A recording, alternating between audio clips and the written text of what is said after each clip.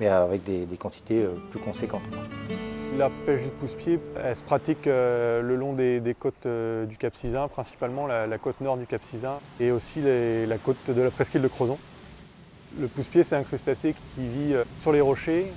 On travaille essentiellement durant la marée descendante, où on a accès à des zones, on ne peut pas les avoir autrement. Suivant les secteurs, donc soit on descend en escaladant la falaise.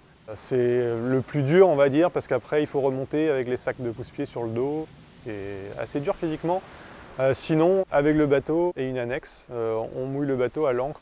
Voilà, et on peut comme ça changer de secteur plus facilement aussi s'il n'y a pas beaucoup de pousse-pied à l'endroit où on a été au départ. On peut encore changer, on a le temps. Parce que quand on le fait du bord, c'est vrai que c'est difficile, une fois qu'on a choisi un secteur, de se déplacer avant que la marée ne remonte et qu'on n'ait plus le temps de travailler, quoi.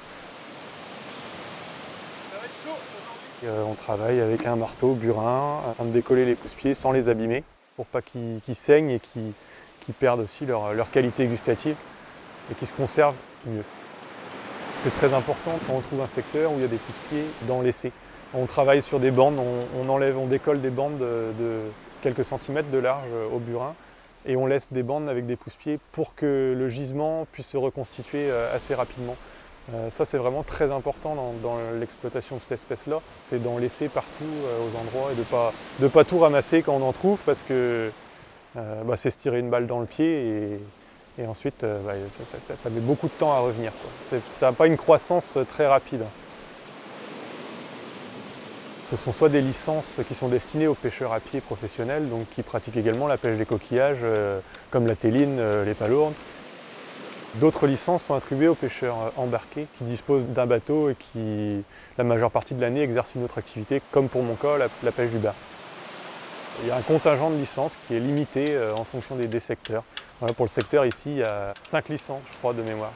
Alors la grande majorité des pêcheurs pousse-pied qui pratiquent vraiment cette activité toute l'année commercialisent leurs produits en Espagne via des marailleurs franco-espagnols souvent.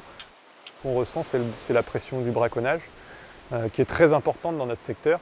Des braconniers espagnols avec des zodiacs qui peuvent ratisser un secteur en 2-3 jours.